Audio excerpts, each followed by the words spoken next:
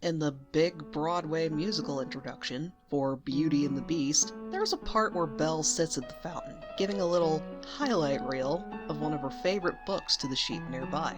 She draws very particular attention to a meet-cute scene between the protagonist and Prince Charming. It doesn't matter how many times Belle has revisited this particular scene and knows exactly how things play out. She gets the kind of warm, fuzzy shipping fiends do when they want curated scene packs of every time their favorite couple interacts on screen. Belle does enjoy the Prince Charming fantasy to some degree. That adds an extra dimension to why exactly Gaston is so disgusting and unpleasant. Many people have discussed this. He's one of the earliest deconstructions of the classic, ruggedly handsome, charming, epitome of masculine Disney heroes. This is debatable, but Disney princes up until or during The Little Mermaid or the Disney Renaissance featured some quality of the dashing, chivalrous prince that gives the princess a hand up. He's the vehicle towards upward mobility, status, freedom, etc. I want to be careful with drawing too many generalizations, since I would argue there's a feminist slant on just about every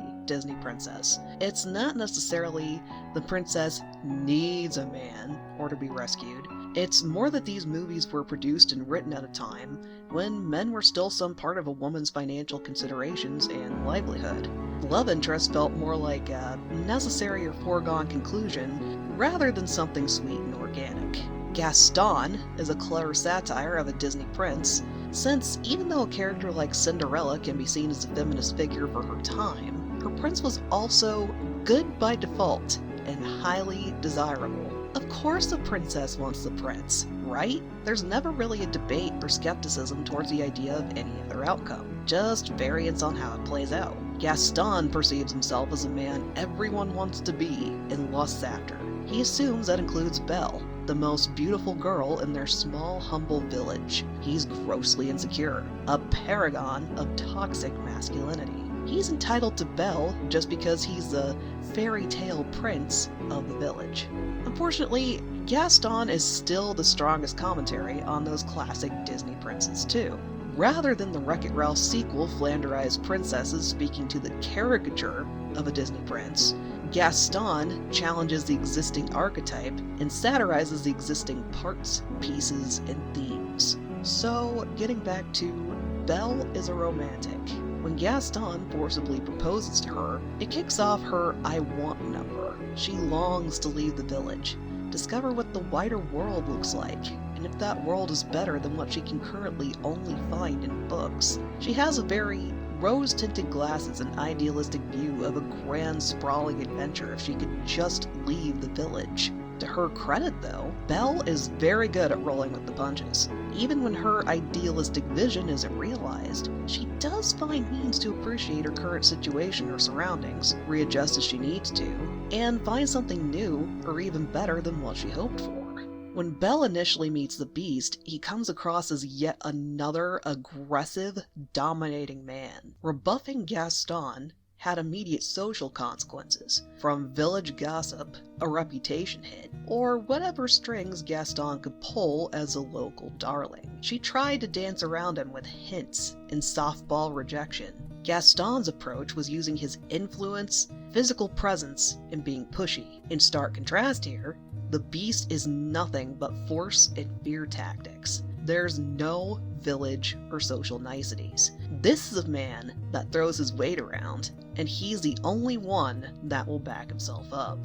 Every time he tries to cow or intimidate Belle, she pushes back and stands her ground. She may be a prisoner, but she will not submit or be coerced by force. She runs away after the Beast crosses one boundary too far.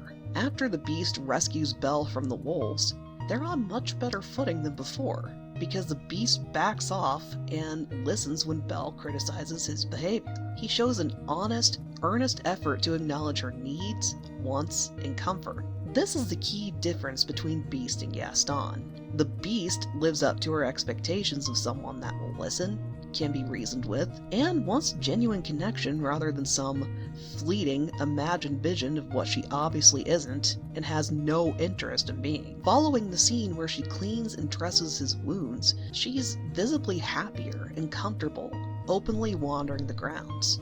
She was trying to hide and sneak around before.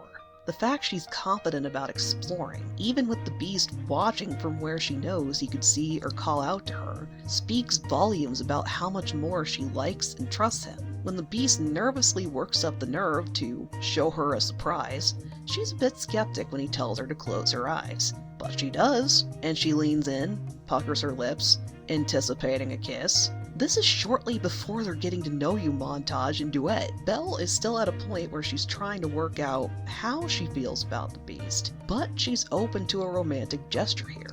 She even gives him a few seconds delay, giving him time to find the right position, atmosphere, whatever. Her body language and opening go unnoticed. He's so delightfully oblivious, focused on making sure she doesn't try to peek. They're on such different wavelengths. Belle is more experienced in social graces and, apparently, romance, where the beast is wonderfully dense. I didn't clock the nuances of this exchange before, but now, she already likes him, so it's that much more meaningful when he shows her the library. He's doing more than the bare minimum of a suitor. He already had a shot, but leans more towards a move that builds intimacy, connection, and friendship. He deliberately picked a gift that reflects her interests and what is special to her. Then there's a line in their duet number that references Belle's comments about the Prince Charming in her book in the intro. She might have been hoping for a suave, collected prince, but she honestly finds the beast charming in his own way. When he lets down his guard, the beast is awkward, but kind, sweet, thoughtful, and playful.